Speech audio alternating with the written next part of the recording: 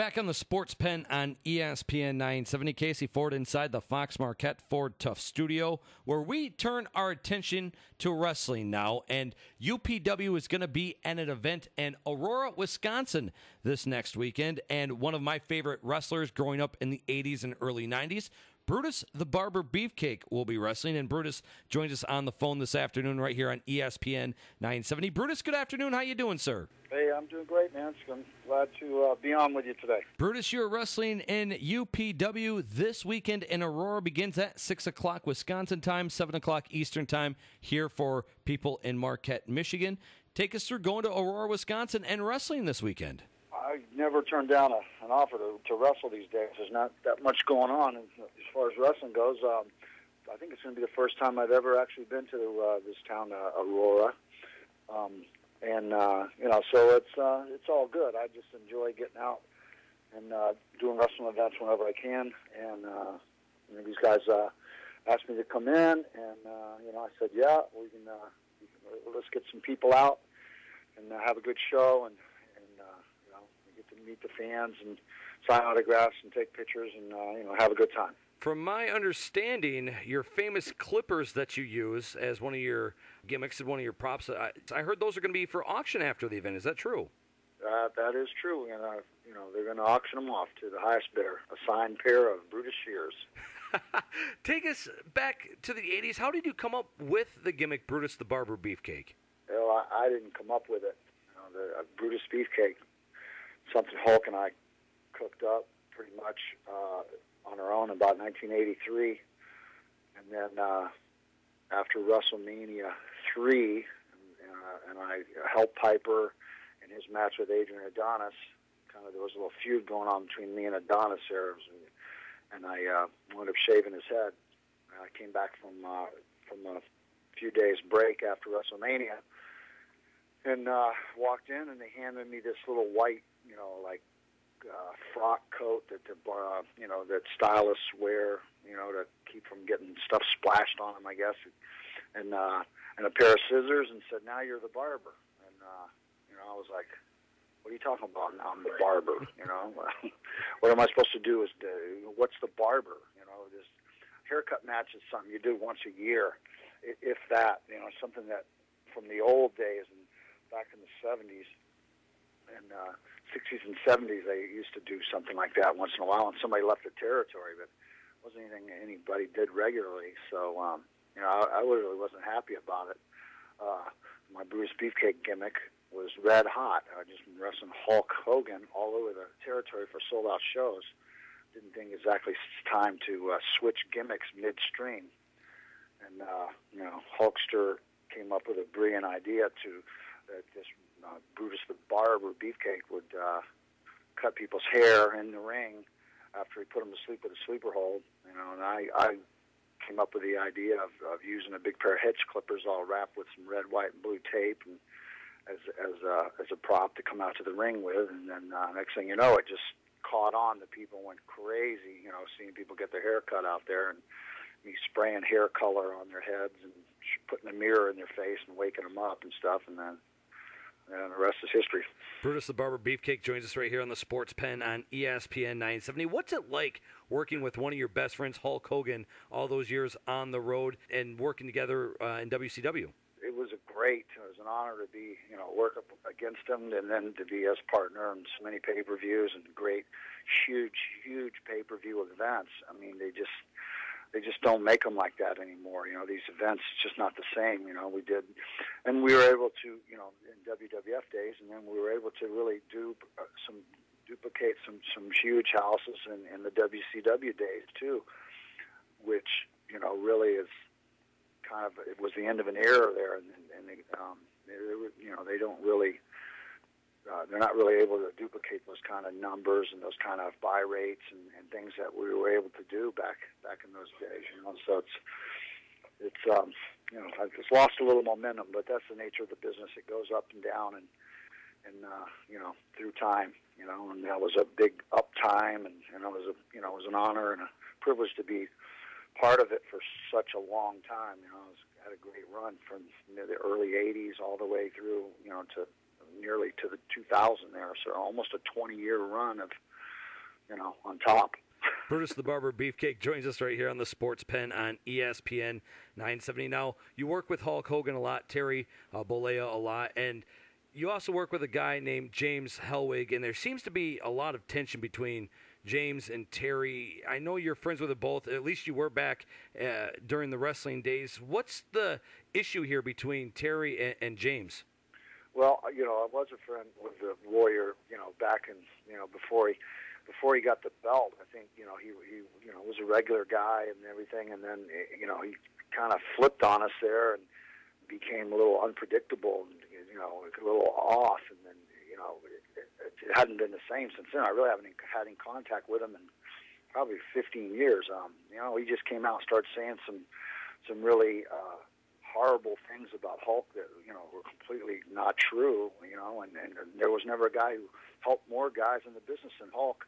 Went out of his way to be nice and help people his whole career. And, Warrior couldn't even help himself. He's such an idiot, So, I mean, for a guy like that to come out and say things and, and make horrible accusations against somebody like Hulk, it's ridiculous. It's unnecessary. It's,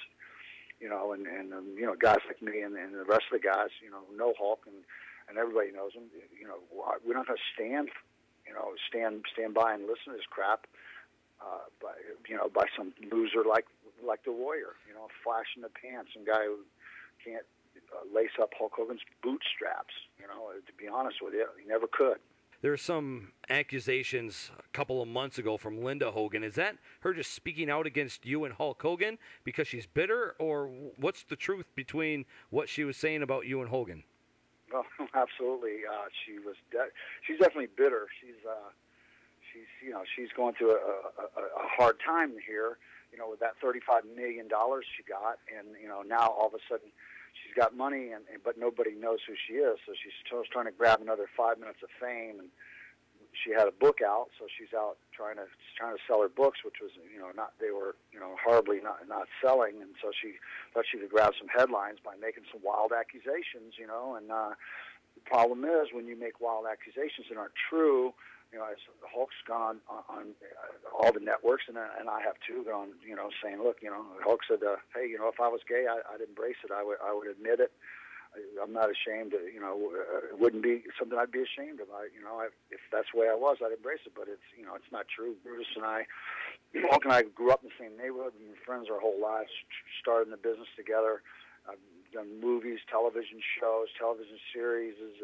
Been through ups and downs. Our parents dying, and we've laid them all the rest, throughout the years, and we've been true to each other as friends, and that's what's important. And now, Linda Hogan's just reaching out, trying to hurt. It's got to stop sometime. It's just ridiculous, and so Hulk's filed a lawsuit against her in court. I'm getting ready to file mine in a couple of weeks here, and we're going to see.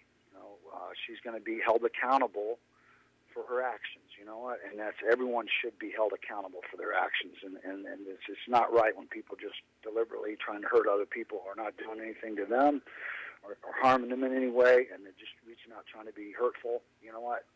We're not going to stand for that either. Brutus the Barber Beefcake joins us right here on the Sports Pen on ESPN 970. I'm Casey Ford. And Brutus, when you're working in the WCW and WWF, who is your favorite person to work with, obviously besides Hulk Hogan, and maybe your favorite person to cut the hair of? Well, I always enjoyed working with Greg the Hammer as a partner and wrestling him.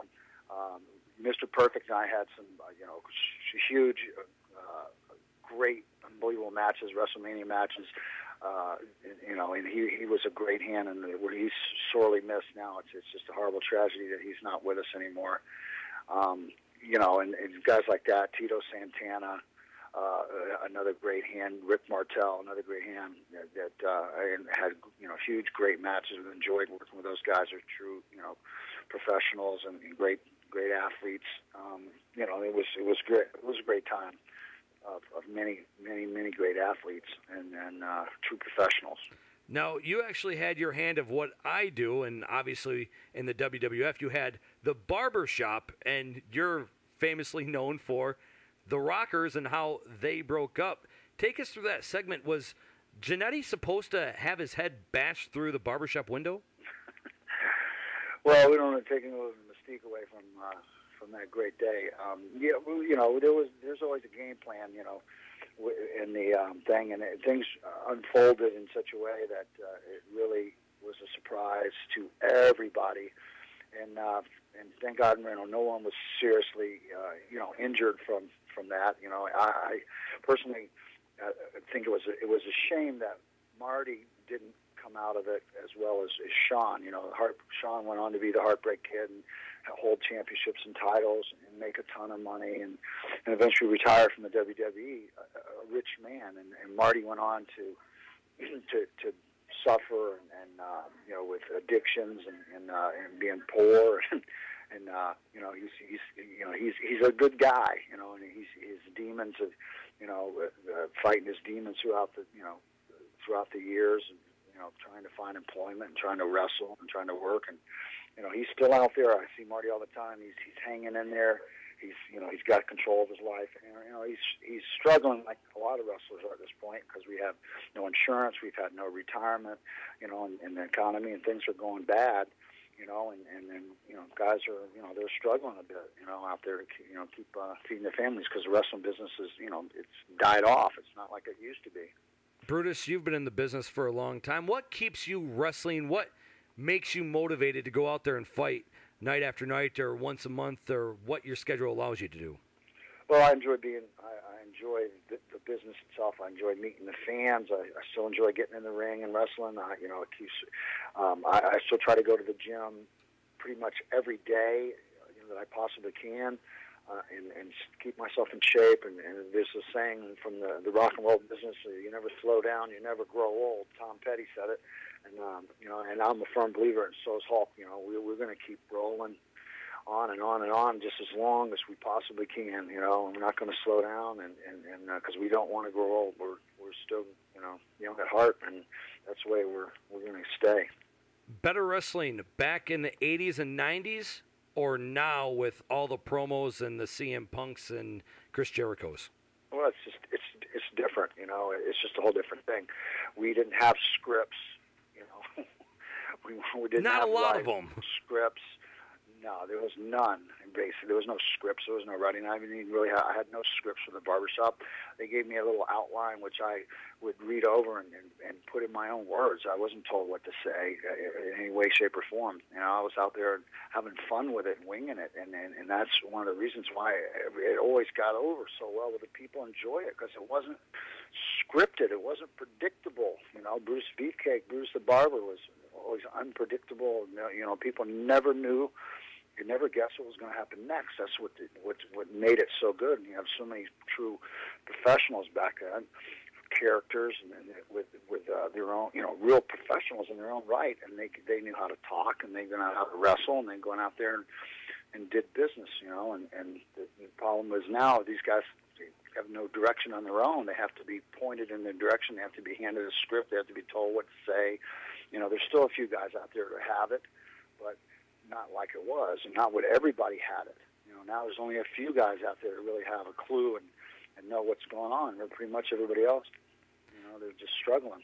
Brutus, how prevalent are the backstage politics that people always talk about in buzzboards and some people bring out in scripts? How much heat is there backstage between some of the wrestlers? You know, it's hard to say. I'm not in the dressing room all that much, and like in these WWE shows, I know it's a little more cutthroat now than it used to be. I'm sure. You know, there's a little. It's competitive. Guys are fighting for their positions, and they're fighting for their jobs. I mean, there wasn't. That's not the way it was back in the '80s. You know, we were all working together. You know, and it was a code of honor back then. You watch my back, I'll watch yours.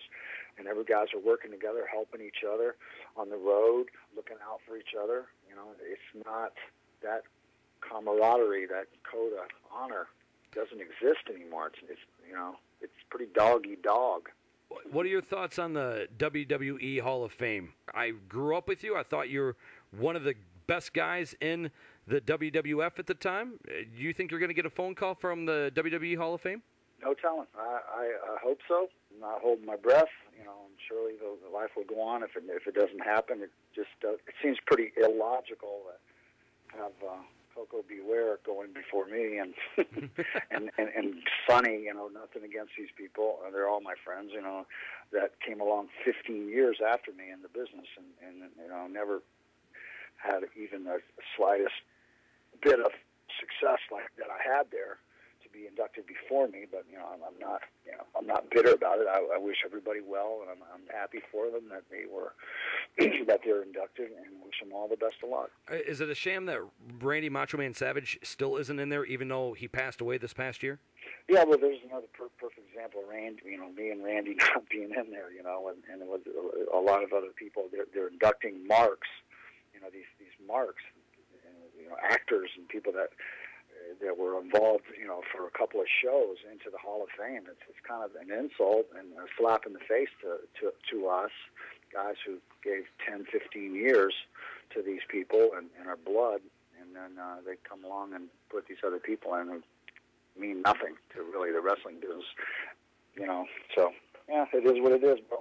Brutus the Barber Beefcake joins us right here on the Sports Pen on ESPN 970. He is fighting in Aurora, Wisconsin with UPW this weekend and some of the UPW All-Stars as well. I hear you're going to unveil a new shirt at the UPW event. Yeah, I got a pretty cool Brutus shirt that resurrected from back in, shoot, I can't remember when the shirt was made. It might have been the late 90s on a tour to Australia with Dennis. No, it was probably in 2000s, early 2000, when Dennis Rodman and Kurt Hennig, and I went over there with the Road Warriors and some guys, and so I resurrected a shirt recently and bringing it out back on the road here. It's a great Brutus shirt. Hopefully the fans will be able to get one and wear it on into the future. All right, Brutus the Barber Beefcake, we look forward to seeing you in Aurora, Wisconsin this weekend. It's showtime 6 o'clock in Wisconsin, 7 o'clock Eastern Time. And safe travels to you, and we'll see you down there. You bet, man. Thanks a lot. All right, Brutus the Barber Beefcake joins us right here on the Sports Pen on ESPN 970.